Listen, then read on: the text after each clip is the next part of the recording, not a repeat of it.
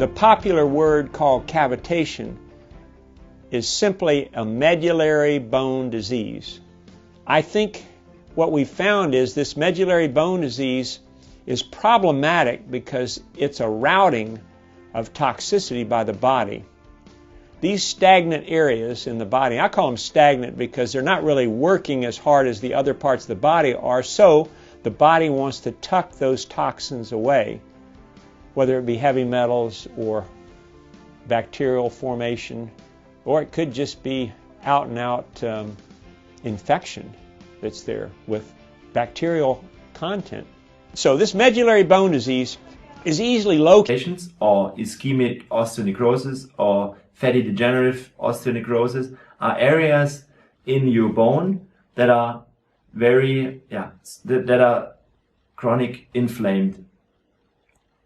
Normally they develop after extraction of teeth. So mostly the most teeth that get extracted are the wisdom teeth area, and normally wisdom teeth get extracted when you are in your youth, in between 14 and 21 years.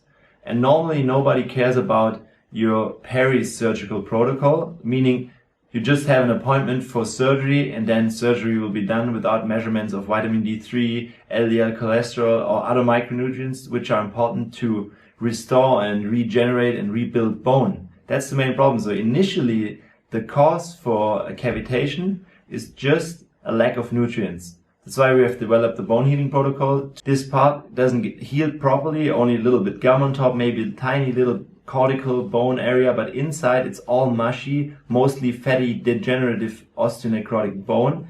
And it's like a big, huge dumping area of your body where you can find everything, like, of course, all these anaerobic bacteria, viruses, fungi, parasites, and also heavy metals and pesticides, all toxins, you name it.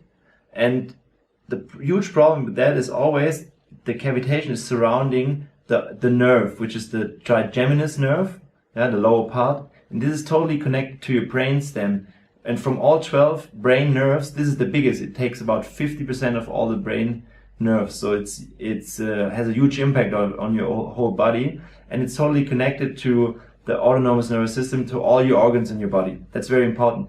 Normally, this area is from the odontoma chart connected to small intestine, to the adrenals, and to your heart meridian. Yeah. So most problems are like chronic silent problems, not at the spot, but somewhere else in your body, like a focal infection. And the usual suspects are chronic fatigue syndrome, because your adrenals just burn out of the chronic stress that gets produced every day. For the other hand, it's like anxiety or being a little over nervous from all the stress, because the adrenals are able to produce a lot of stress. They get like stress problems and anxiety and too much nervousness, can't sleep, and it's skin problems. Cavitations form when bacteria that are trapped at the end of a canal actually can continue to propagate and grow.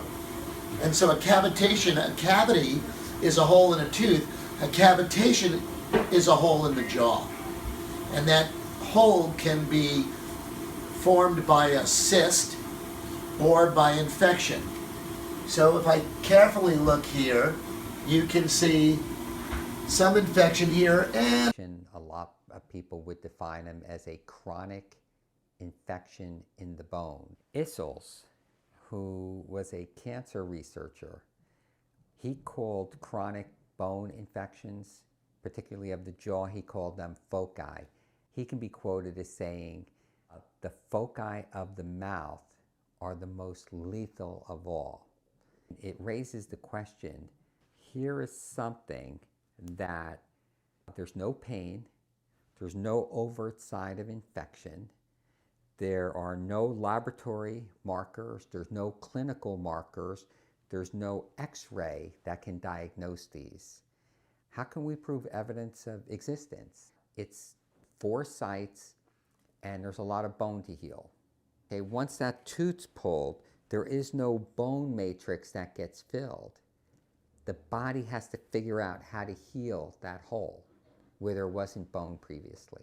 Once there's the hole in the bone and that bone doesn't heal, what is going to be attracted to a hole in the bone? Probably bacteria, okay? And what's not going to be in that site? Blood.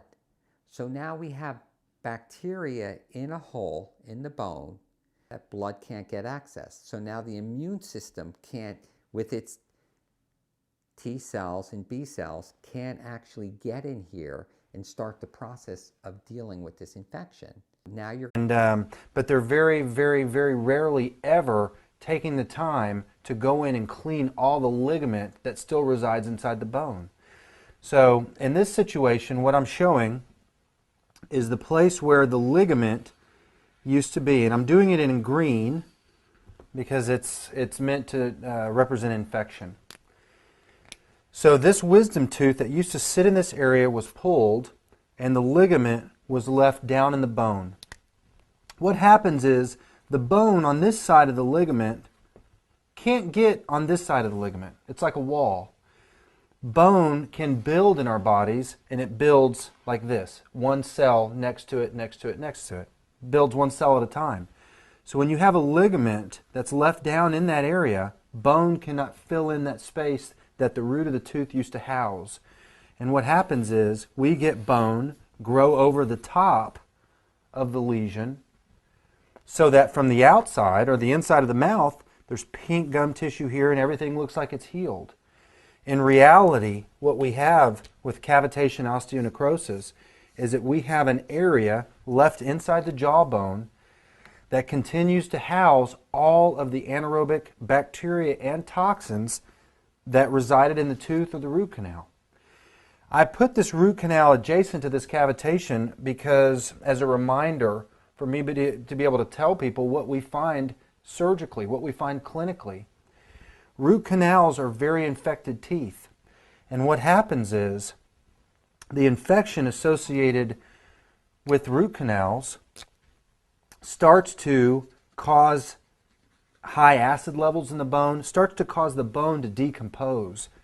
And what happens is we routinely find that when we have a root canal on a second molar that sits next to a third molar, we are able to follow the infection from this tooth through the bone all the way back to this cavern.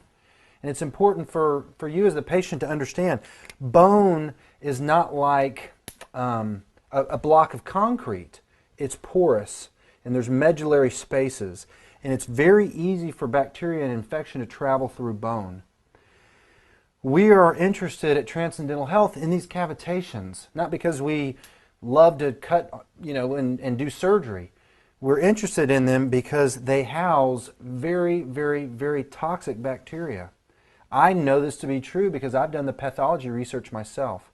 We routinely send in samples of blood to Dental DNA in Colorado to examine the contents of these cavitations. What we find is almost indescribable. We find incredibly high levels of very toxic anaerobes. We find bacteria that we can't find anyplace else hardly on the planet. We find fungus, we find viruses, we find pieces of metals. It's almost like the body in its wisdom looks at these low blood supply, dead bone areas as places where it can store unhealthy things. So the toxicity associated with cavitations is very, very, very high. And we believe that in order for a patient to try to achieve and maintain optimal health, cavitation lesions need to be identified and treated.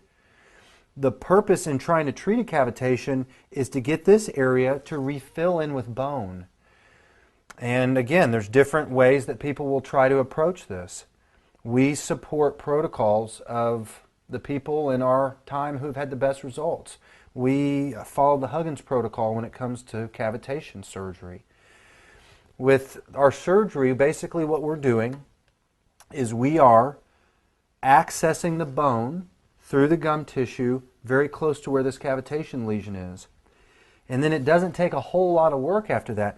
You can tell when you look at the bone, or if you barely put pressure on the bone, the bone caves in. It's like Indiana Jones or something. You're looking for a secret room and you just open a little door and there's a massive vault. That's what it's like when you see these cavitations. I've seen cavitations that were as big as my thumb.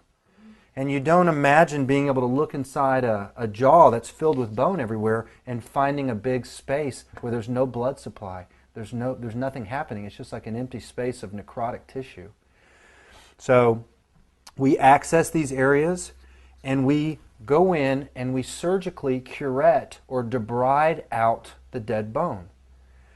As you do that, you start to get past where the infection is back into healthy bone. And then you see the body start to bleed into the area. And it's a wonderful thing. And just like we do when we remove a root canal procedure, we sit and we observe and we honor and we get behind the body's wisdom in this process. We open that area and it bleeds and the body purges and the body purges. And then when the body decides that the purging is stopped, it starts to clot. And that's how we try to support the body. We suture these things up so nothing about that cavitation is exposed to the oral cavity. And we support people nutritionally and therapeutically through the process of healing. How do we get these cavitation jaw infections? What does chronic mean? Basically, how can you have an infection in your jaw and not know it? Well, if you have an infection and you know it, we call that an acute infection. It's acute because it hurts. Chronic implies chronos. Chronos is time. So it means it's an infection over time and there's usually no symptoms. This is understood and acknowledged by the medical profession. We know that they're chronic infections. They're there, but they don't hurt us. These refractory infections. Now that we've established that we have a hole in the bone and it's not healing and that there's bacteria in here, what is the next step? The next step is that these bacteria, and more so, they're toxins, because bacteria, when they eat, they essentially release toxins. And when we kill these bacteria, there's certain types of bacteria like gram negatives. These type tend to release all their toxins into our bloodstream. The immune system has to deal with this bacterial load. It has to deal with this toxic load. And then while it's dealing with it, it's creating all these inflammatory products around there. And then these inflammatory products that are supposed to be left in the jaw now spill over into the blood. This can create systemic inflammation.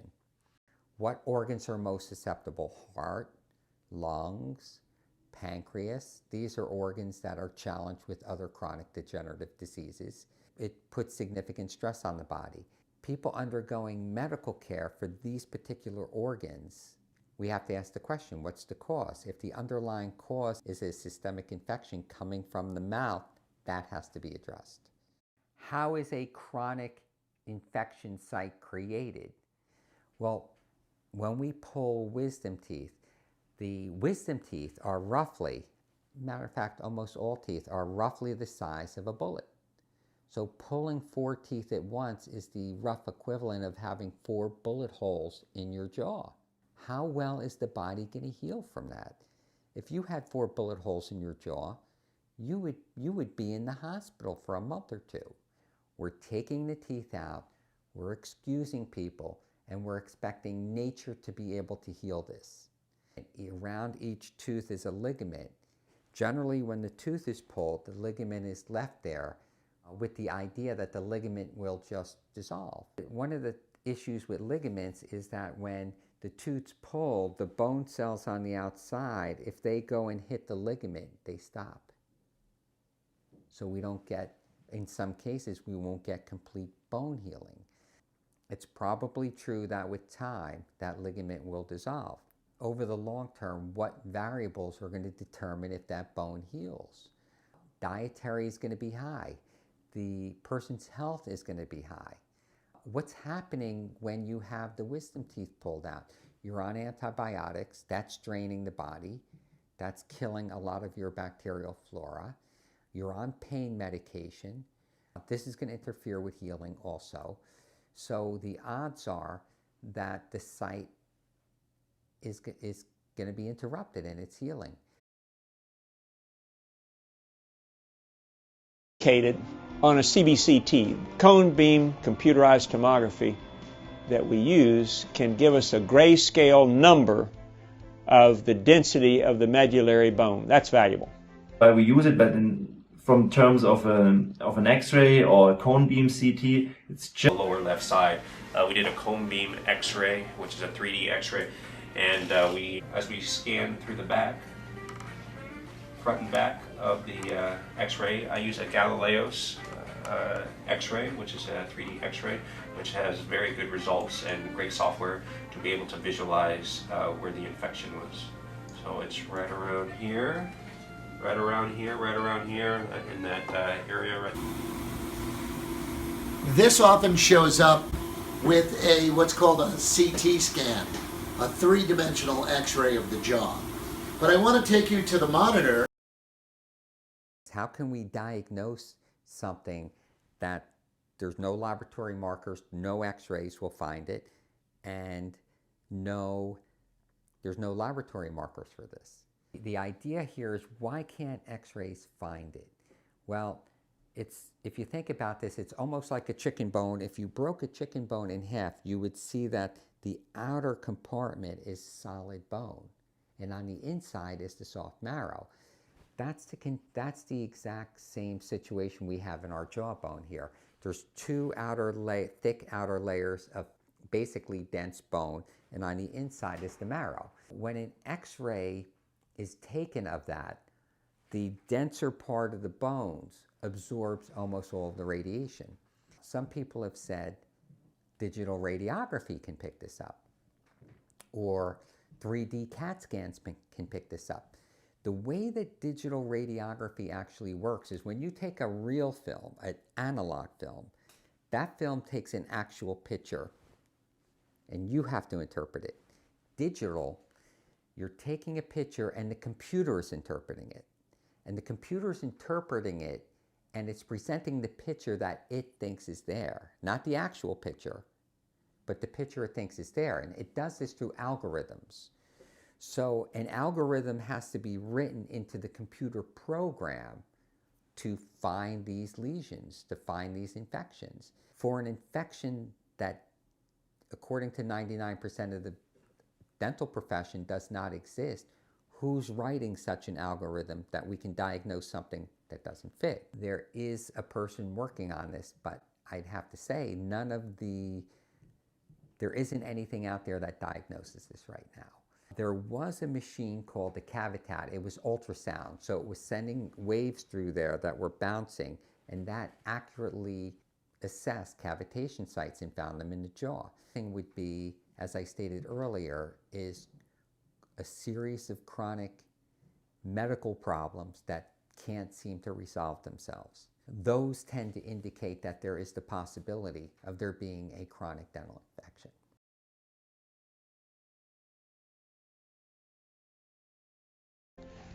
But what's also valuable, of course, is a cavitat. We have a cavitat too.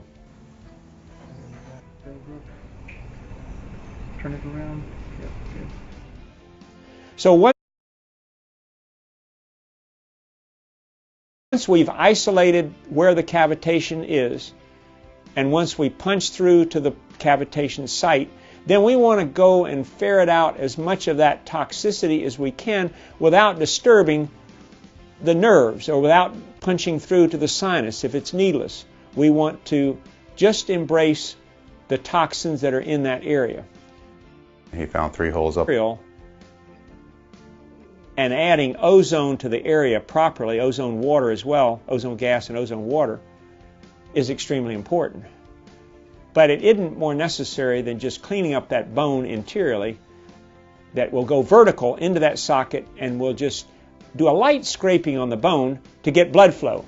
When we get that new regaining of the possibility of good, strong bone growth in that site in the next 4 to 6 months, why, then that's a huge liftoff for the person. And made an incision in her gums, flapped, put the gums to the side, exposed the area where the wisdom teeth used to be, went ahead and used a drill to drill it out, made a small hole, stuck my instrument in there, started cleaning it out, and actually the hole is a lot bigger, so we made the access opening bigger, and we just went in and started cleaning. The hole was about 15 millimeters by 15 millimeters big, and actually when we went inside there, we cleaned out a lot. There was actually yellow bone or yellow pus in there, and this is all stuff that we did not see on the x-ray. On the x-ray, it actually didn't look that big, but when we actually went in there, it was actually bigger than we originally thought. It was a great get out all the infection in that area, and everything is nice and clean. We also irrigated with ozone water, which is great, and also used some ozonated oil and some collagen in there. We sutured her back up. She should be good in about 24 hours. She actually felt really good when she left. I don't know what happened, but she felt so much better after she left. She could actually feel energetically that the infection is out of her mouth. Amazing stuff. Thanks for coming to visit with me. I'm Dr. Marvin from the Center for Natural Dentistry.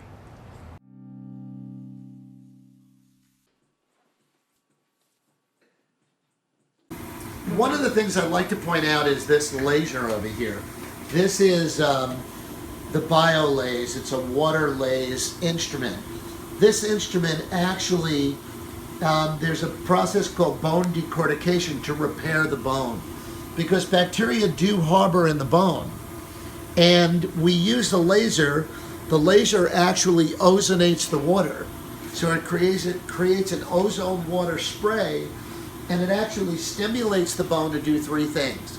It disinfects the bone, it vaporizes diseased tissue, but it also helps the body regenerate.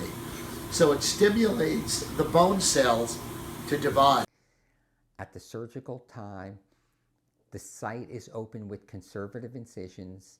In terms of pain later, when a conservative approach is taken, there is a lot less pain later, almost to the point where you can just take arnica to control the pain, or some people just take 1 or 2 Advil, and that's the extent of the pain relief that's needed.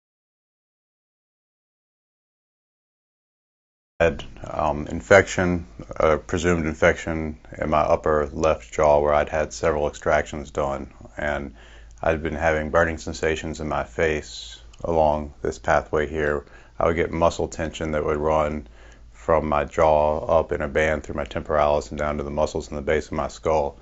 I would get migraine headaches, and in the mornings when I woke up, on the left side of my head, it felt like my left eye was bulging out, and lots of times I would get little bands of inflamed lymphatic vessels that I could push on, and they felt like little rubbery tubes going up around my temple. And my best guess was that I had some form of infection in my jaw that was causing all this inflammation and pain. To get this fixed solved problems that I've been dealing with for probably a decade in various forms. So the coming down here and driving down here and paying to get this done, the cost, the time, it was invaluable to me. I mean, it's been frustrating, to say it nicely, to deal with what I've been dealing with, and to finally have a way to stay on top of it now. Somebody who knew that there was, or could actually affirmed that there was some form of infection or something in my jaw that was causing these problems. He's the 4th dentist I've been to. I've been to an ENT doctor, I've been to a neurologist, I've been to an oral surgeon, and it would have saved me thousands of dollars and thousands of hours of misery if I'd been down here earlier. They'll realize a difference in the way they feel. Categorically, they feel better. Coming down here, when you're constantly in pain, it takes away a part of your focus. You have to focus on that issue just because it's there and it's nagging you. So even if you're talking to somebody or you're trying to study, part of you is always focused on what's going on in your jaw and your neck and your swollen lymph nodes and the stiffness that's going down through your muscles and your SCM and all the muscles through your neck here. So as far as ability to focus and attention and productivity, it definitely knocked it down a significant amount.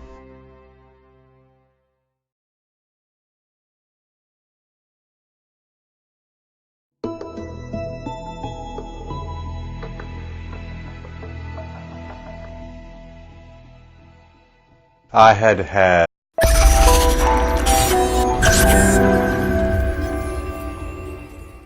Hello, my name is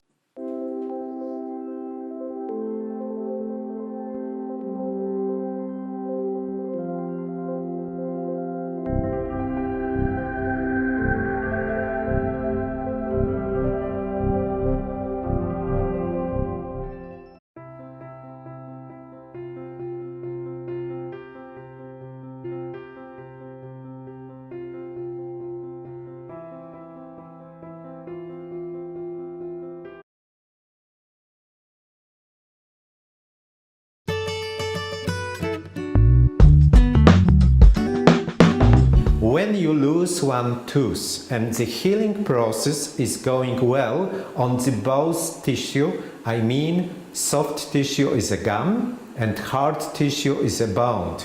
And after healing, and this healing takes in soft tissue about 3-4 weeks, and you see nothing after extraction on one tooth, but in a hard tissue you have the healing process about 4 months. And from biological dentistry is much important, I would say most important, is this empty place on the bone. Then when you extracted one tooth, you have one reason why you do this extraction, and mostly it is one decay, or is this one infection, or is pulp. Pulp is the nerve of the tooth, is death, or you have a problem with the root, you have inflammation on the tip on the root, or you have a problem with the bone, you have bacteria on the bone, and all this reason make the extraction depending. And after extraction, you can clean the wound, you can give the patient the homeopathical drops, you can make the infusion, but you are not sure every bacteria is removed. You have to check it. And we check it about 4-6 months after extraction. It means we take a new panoramic picture, and there we look how is looking the bone. And I can tell you, very often I mean about 30% of these places are not clean and have to be cleaned once more. And we don't use surgery for this cleaning. We have a special system for making injection inside in the bone, and you can use homeopathical medicine, you can use sanum preparate, and it is all natural, it is not chemical. And only doing is to make provocation. We want to provocate our lymph system and our immune system to clean it. We used macrophages, we used odontoblasts for growing and building up of new bone. And experience show after 3-4 injection, and we do one injection in 2 weeks, second one in 4 weeks and 6 weeks, and after 5-6 injection we check once more the bone, and we check then the bone with electroacupuncture, and mostly it is healthy.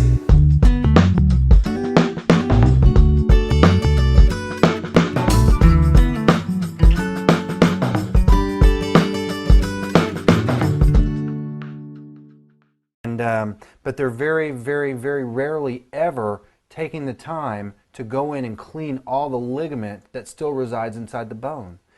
So in this situation, what I'm showing is the place where the ligament used to be, and I'm doing it in green because it's meant to represent infection.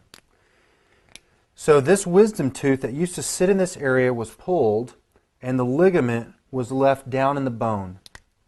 What happens is the bone on this side of the ligament can't get on this side of the ligament. It's like a wall. Bone can build in our bodies, and it builds like this. One cell next to it, next to it, next to it.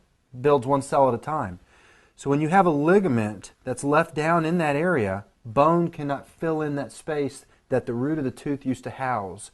And what happens is we get bone grow over the top of the lesion, so that from the outside or the inside of the mouth, there's pink gum tissue here and everything looks like it's healed.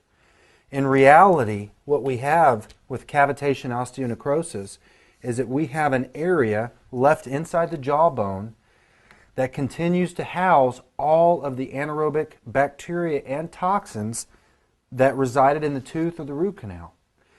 I put this root canal adjacent to this cavitation because, as a reminder, for me to be able to tell people what we find surgically, what we find clinically.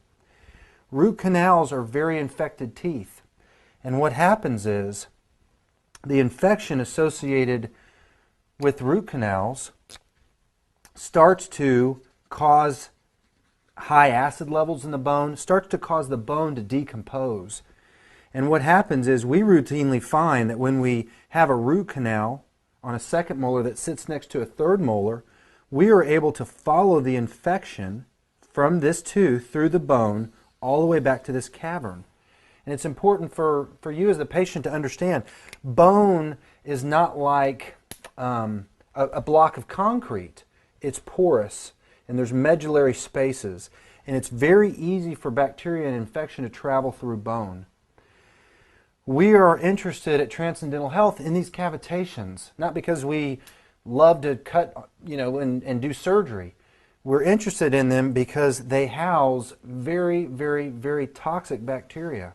I know this to be true because I've done the pathology research myself. We routinely send in samples of blood to Dental DNA in Colorado to examine the contents of these cavitations.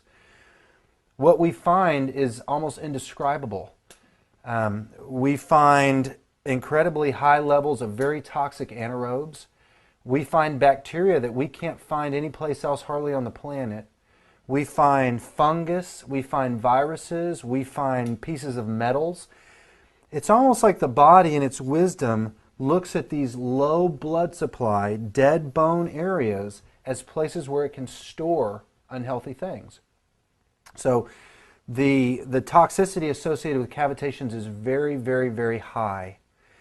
And we believe that in order for a patient to try to achieve and maintain optimal health, cavitation lesions need to be identified and treated. The purpose in trying to treat a cavitation is to get this area to refill in with bone. And again, there's different ways that people will try to approach this. We support protocols of the people in our time who've had the best results. We follow the Huggins protocol when it comes to cavitation surgery. With our surgery, basically what we're doing is we are accessing the bone through the gum tissue very close to where this cavitation lesion is. And then it doesn't take a whole lot of work after that. You can tell when you look at the bone, or if you barely put pressure on the bone caves in. It's like Indiana Jones or something. You're looking for a secret room and you just open a little door and there's a massive vault. That's what it's like when you see these cavitations. I've seen cavitations that were as big as my thumb. And you don't imagine being able to look inside a jaw that's filled with bone everywhere and finding a big space where there's no blood supply. There's nothing happening. It's just like an empty space of necrotic tissue. So we access these areas and we go in and we surgically curette or debride out the dead bone. As you do that, you start to get past where the infection is back into healthy bone. And then you see the body start to bleed into the area. And it's a wonderful thing. And just like we do when we remove a root canal procedure, we sit and we observe and we honor and we get behind the body's wisdom in this process. We open that area and it bleeds and the body purges and the body purges. And then when the body decides that the purging is stopped, it starts to clot. And that's how we try to support the body. We suture these things up so nothing about that cavitation is exposed to the oral cavity. And we support people nutritionally and therapeutically through the process of healing. And you see the cavitations, that means the hollow spaces in the jawbone. What can we find inside the jawbone? We found fatty, degenerative marrow and spongial bone. It's totally soft, it's yellow, it's fatty, degenerated.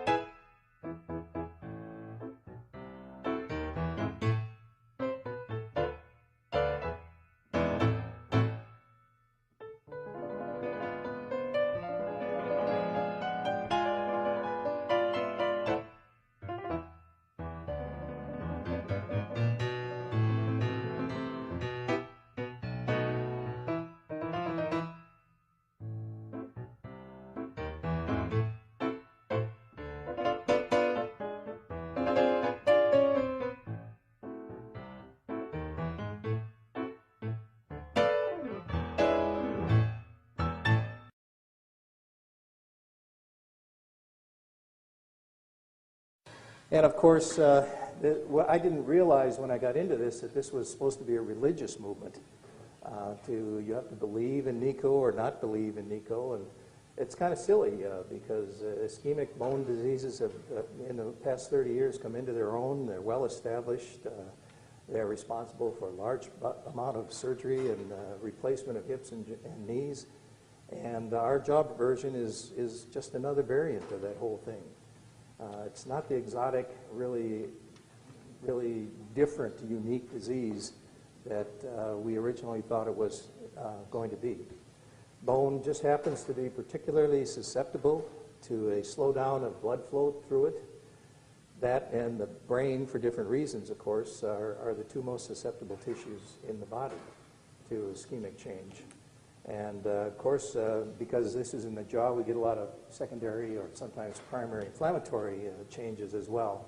But that's nevertheless, the ischemic problem seems to be the major problem. This is an extraction site of many years' duration. Do y'all still see the lamina dura of the bicuspid and molar? That's not normal. Many of my colleagues and some of the oral surgeons that I've sent x-rays to for 30 years in my practice would tell me that that's normal. Here's underneath a ponic where you can see a radiolucency and some calcifications down in there. Radiolucencies in between teeth. Again, more of the lamina duras and a what they call a Jacob's ladder trabeculation pattern. This is one where they didn't make a flap. They just anesthetized, took the needle, and it fell right down into the hole. Look at the top of the alveolar ridge here. You can see that is not as hard and as dense as it should be. Here's one where they have a round area around radiolucency with some calcification. Another one similar. You can have lesions in the jawbone. You can have necrotic bone, fibrous marrow, which is one of the findings that we usually see. Some of these lesions, when you open up into them, as I said, are hollow. Some of them have a leathery consistency. Sometimes the bone is real soft and mushy. Sometimes it's fairly hard. But it's all abnormal in consistency. Here's the actual lesion itself. Look what has happened to the nerve. If the lesion is down in the area of the vascular bundle, it can become demyelinated. There also is a fistula tract that in this diagram is shown to bypass a vital tooth and go to the area in front of it.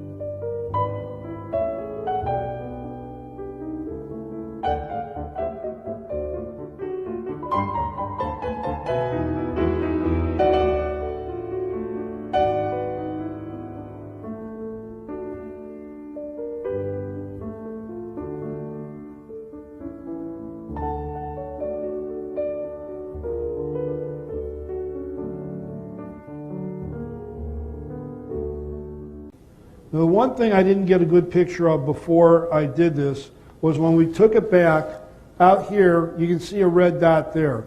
There were red dots all the way around. And all I did was cut and connect the red dots. That's really important when you're doing a lower, is connect the red dots.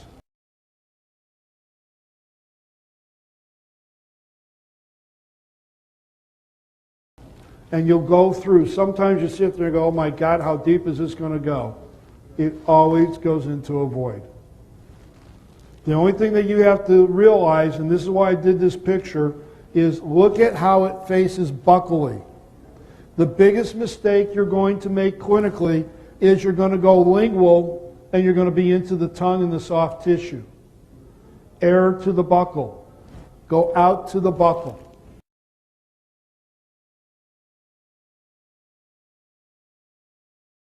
Remember, do not exit on the lingual plate when entering the third molar area. A lot of people are going to be digging here. Look what's there. The tongue doesn't like a burr in it. And if you want to see that, we can show you some 3Ds. It's always to the buccal. And so we start cleaning that out and take a round burr. Clean it out so you can see it. Make sure you don't, you can't see through a wall, you can't see through bone. Make sure you can see the whole thing.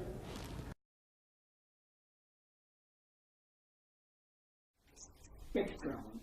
Jawbone cavitations are hollow dead spaces in jawbone with dying or dead bone marrow.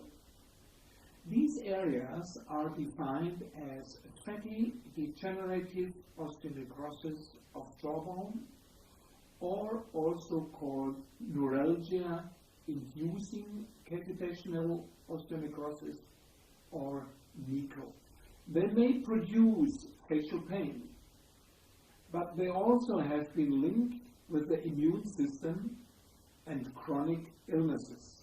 Surgical debridement of jawbone cavitations is reported to lead to an improvement in immunological diseases and complaints such as rheumatic, allergic, and other inflammatory diseases.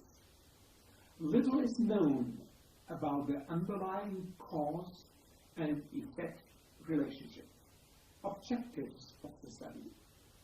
Jawbone cavitations, bone samples were analyzed to assess the expression and quantification of immune modulators which can play a role in the pathogenesis of immunological diseases. The study supports a potential mechanism where jawbone cavitations are a mediating link in immunological diseases. Material and methods. Samples of fatty softened bone taken from jawbone cavitations have been extracted from 31 patients. The specimens were analyzed by bead-based multiplex technology and tested for 7 immune messengers. Results.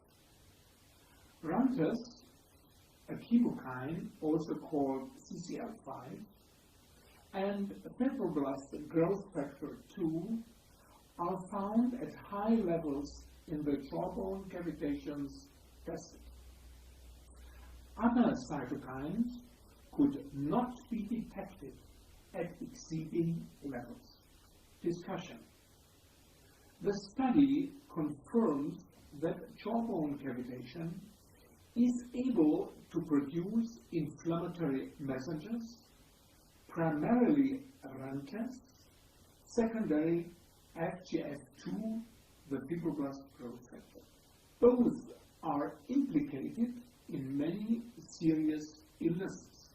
The exceeding levels of Rantes and FGF2 in jawbone cavitation patients with amyotrophic lateral sclerosis, multiple sclerosis, rheumatic arthritis, and breast cancer are compared to levels published in medical journals. Levels detected in jawbone cavitations are higher than in serum, and cerebrospinal fluid of MS and or ALS patients, and 4-fold higher than in breast cancer tissue. Conclusion. The study suggests that jawbone cavitations might serve as a fundamental cause of immunological diseases through rentas and FGF2 that they produce. Thus, jawbone cavitations and implicated immune messengers give an integrative aspect of immunological diseases and serve as a possible cause. Removing jawbone cavitations may be a key to reversing immunological diseases. There is the need to raise awareness of jawbone cavitations throughout medicine and dentistry. Thank you for your attention.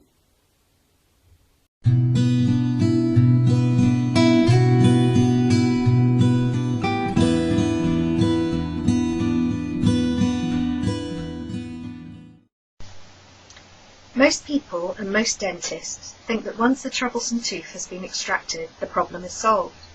But for many, this is definitely not the case. In order to explain why, you first need to understand a little about how the teeth attach to the jaws and the normal processes of healing. Most people are surprised to see how big the roots of teeth are, but like trees, there is as much below the surface as above, because they have been designed to withstand heavy function for a lifetime. The outer plate of the jaws is composed of smooth, compact bone, but within it contains cancellous or trabecular bone, which looks like a sponge.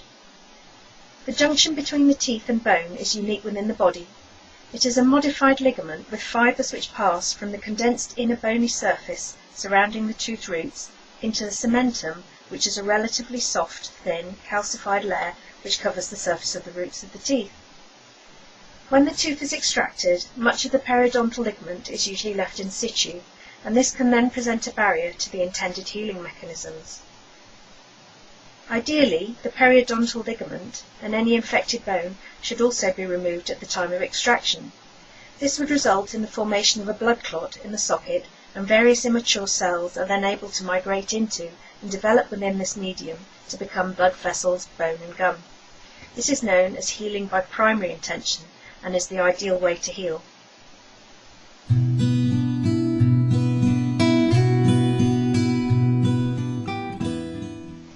The first type of problem that can occur with healing after an extraction is that there may be either insufficient initial bleeding to obtain a blood clot in the extracted tooth socket, or the patient may subsequently have dislodged the blood clot.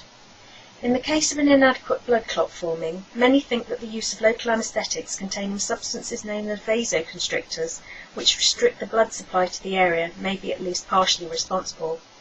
However, there may also be compromised circulation generally or locally, which may relate to an underlying health condition. If no blood clot forms or it is lost, then a so-called dry or infected socket will ensue. Here the exposed bone of the tooth socket becomes packed with bacteria and food from the mouth, and even the abrasive agents used in toothpaste. This sets up a localized bone infection, which is known as osteomyelitis, and parts of the exposed bone die in a kind of osteonecrosis. A dry or infected socket can typically be very painful and may also smell or taste bad, and the person may feel generally unwell, have a temperature and possibly some swelling. The dentist will usually clean the area out, insert a soothing pack, and may prescribe antibiotics. Eventually the socket will at least appear to heal, but in this case it heals by what is known as secondary intention, whereby the socket has to slowly fill in from the sides and the base, and this can result in very slow healing. This may also be associated with sloughing portions of dead bone, which may continue to appear for some months after the extraction, and which many patients may mistake for being fragments of tooth. These may be shed naturally or may require removal by the dentist. The other problem that can occur is that the vast majority of dentists do not clean out the periodontal membrane after a tooth extraction because they do not recognize and are not taught the importance of this procedure. This means that not only can the remaining periodontal ligament act as a barrier to the ingress of the immature cells required for proper healing, but also that the ligament can become necrotic and act as a breeding ground for bacteria. The mouth is one of the most densely populated places on Earth, containing over 6 billion microbes belonging to over 600 different species. Most cavitation infections appear to be mixed, and biopsies have shown the presence of up to 30 different bacterial species. The normal bacterial flora of the mouth, when introduced deep within the bone of the extracted tooth socket, can then mutate into anaerobic forms. These can cause tissue decomposition and necrosis, which can spread internally within the bone as a kind of gangrene or osteomyelitis. In response to the infection, white blood cells enter the affected area, and in their attempt to destroy the pathogens, also create destruction of the bone. Some of these immune lymphocyte cells can also mutate, developing multiple nuclei. The pus that forms can then spread via the blood vessels, and this further impairs the blood flow, which causes areas of devitalized bone to be sequestered and create chronic infection. This process leads to the development of what is known as a cavitation, or hole within the bone. The problem is that the socket usually apparently heals, with the gum growing over the extraction site and a thin layer of bone forming. The normal signs of infection, such as redness, swelling, pain, or a running temperature, may also all be absent, so that not only are the lesions hidden from view, but there is often no overt sign that there is a problem. And, although infection plays a role in the development of cavitations, many feel that the problem is essentially caused by poor circulation to the area. This results in both a lack of the nutrients and oxygen required for healing, and also in compromised removal of toxins from the region. Cavitations can also spread through and around adjacent structures, such as adjacent teeth, blood vessels, nerves, veins, and other extraction sites.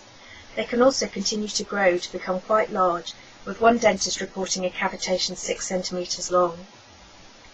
Cavitations can be responsible for subsequent hyperesthesia, that is, areas that are highly sensitive, and also for areas of the mouth that are difficult to anesthetize. In addition to extractions, root canal treatments are also recognized to introduce bacteria deep within the bone, as the canals within the teeth are instrumented and cleaned. And this procedure may also cause a localized osteomyelitis or osteonecrosis around the tips of the roots of the teeth.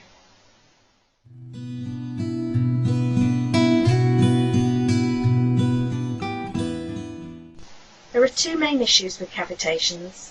The first is that they can act as a so-called focus of infection. This means that the toxins they produce and the microorganisms they harbour can enter the circulation and affect distant body parts.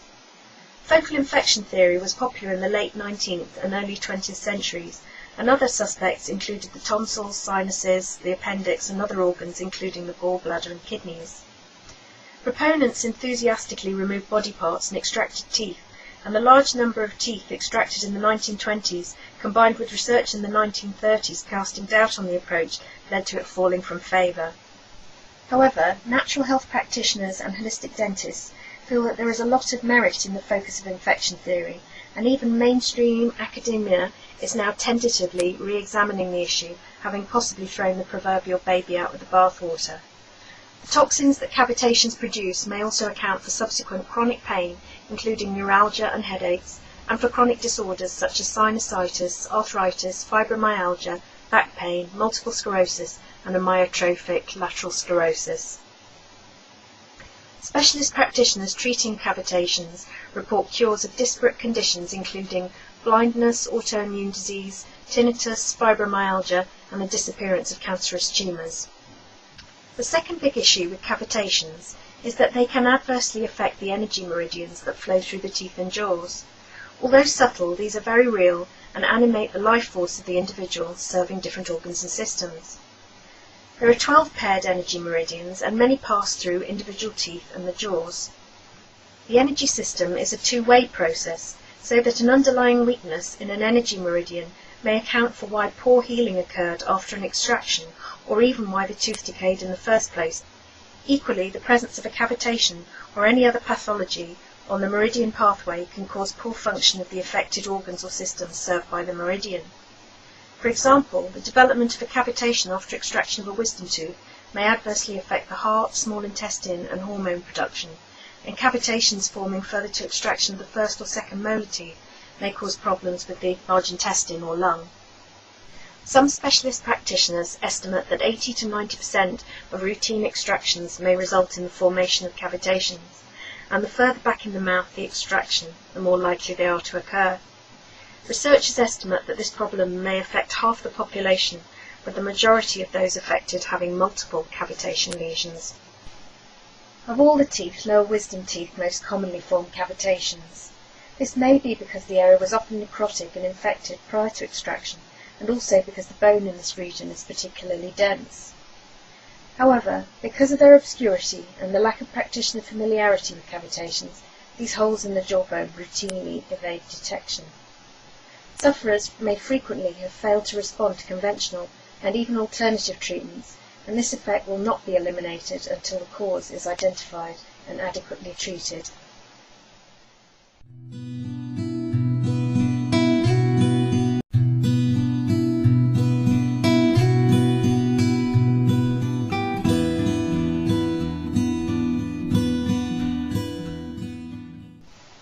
Cavitations are notoriously difficult to detect using the usual methods such as examination or X-rays.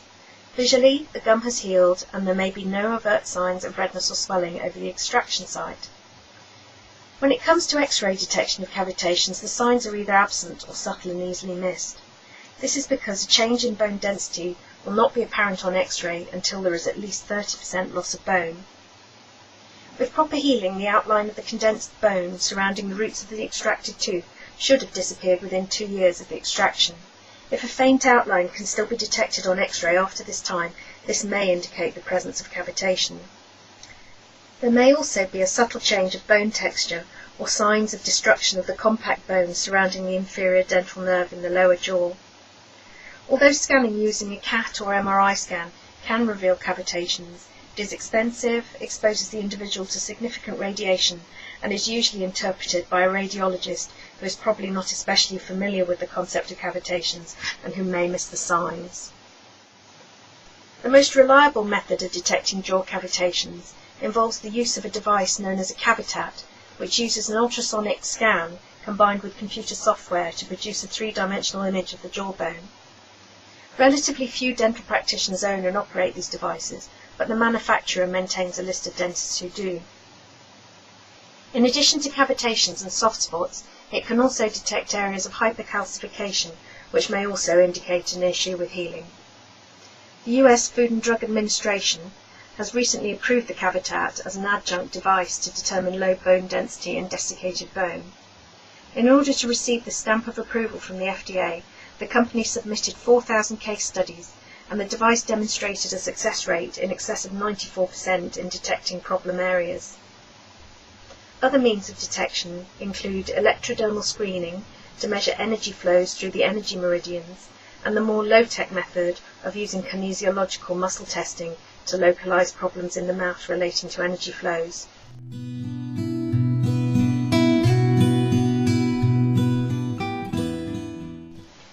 When it comes to treatment, anything short of surgical removal of the dead bone, periodontal ligament, and infected area is destined to fail. This surgery creates a clean field and a blood clot into which bone cells can regenerate, producing healing. While dentists dealing with this issue report quite high cure rates, there is also a strong tendency for the cavitations to recur later.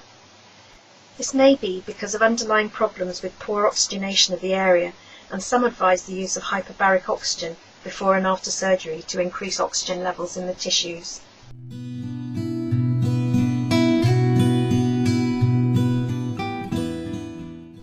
Some think that part of the problem may relate to the type of local anaesthetic and injection that dentists routinely employ. Anaesthetics typically contain a vasoconstrictor such as adrenaline, also known as epinephrine, and this serves to retain the anaesthetic in the region long enough to be effective and also to prevent hemorrhage during surgery or extraction. However, this constriction of the blood vessels may ultimately contribute to creating both dry sockets and cavitations.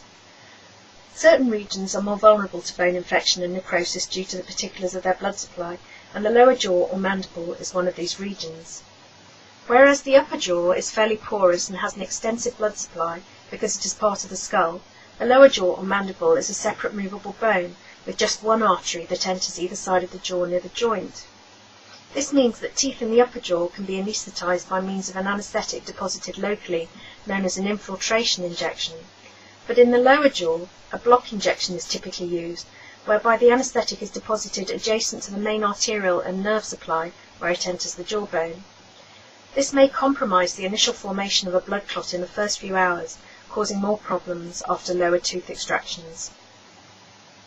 Other factors that predispose towards poor healing include the use of medications including corticosteroids such as prednisolone or dexamethasone, biphosphonate drugs which are used to treat osteoporosis and some cancers, and the use of estrogen-based drugs such as the contraceptive pill or HRT. Underlying medical conditions such as diabetes mellitus, cancer, and more rare conditions such as Paget's disease of the bone or Cushing's syndrome, which is excessive production of cortisol by the adrenal glands, are also implicated. In addition, pregnancy, alcohol abuse, smoking, radiotherapy treatment, and poor oral hygiene are all thought to be contributory factors to the formation of cavitations. Mercury from dental amalgam fillings has also been shown in studies to accumulate within the jawbone, and in particular to collect around the ends of the roots of the teeth that have amalgam cores underlying bridges or crowns made of gold or porcelain fused to metal. The presence of mercury in this vulnerable area may kill the bone cells by starving them of oxygen, and being a heavy metal, mercury literally settles in the base of each body compartment, concentrating in the lower jaw. Nutritional deficiencies may also be a factor in poor healing, and it is possible that all of us are effectively deficient, since our native diet is estimated to have contained 10 times the minerals and vitamins of our modern diet.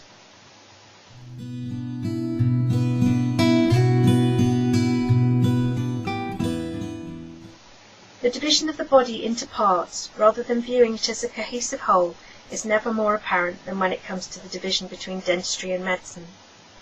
Typically, dentists have concerned themselves almost exclusively with care of the mouth and teeth, and ignore or cannot see the implications of their treatments on general health. And doctors regard the mouth as the province of dentists and show little interest in its health or restorative status. This means that important causative links are being overlooked daily by dentists and doctors all over the globe, and that much preventable suffering ensues as a consequence.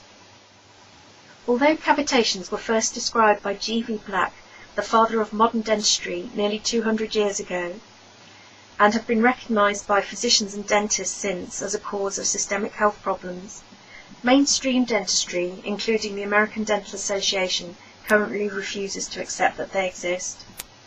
Until something becomes accepted dental school teaching, it will, in effect, not exist for the vast majority of dentists.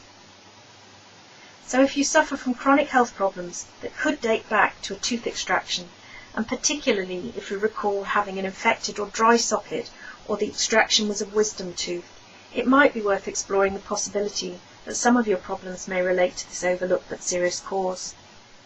However, be warned that your dentist may not even be aware of the problem, and you may need to seek out a specialist dental practitioner. Also, be aware that if you require an extraction, a little prevention can go a long way by seeking out someone knowledgeable about this issue.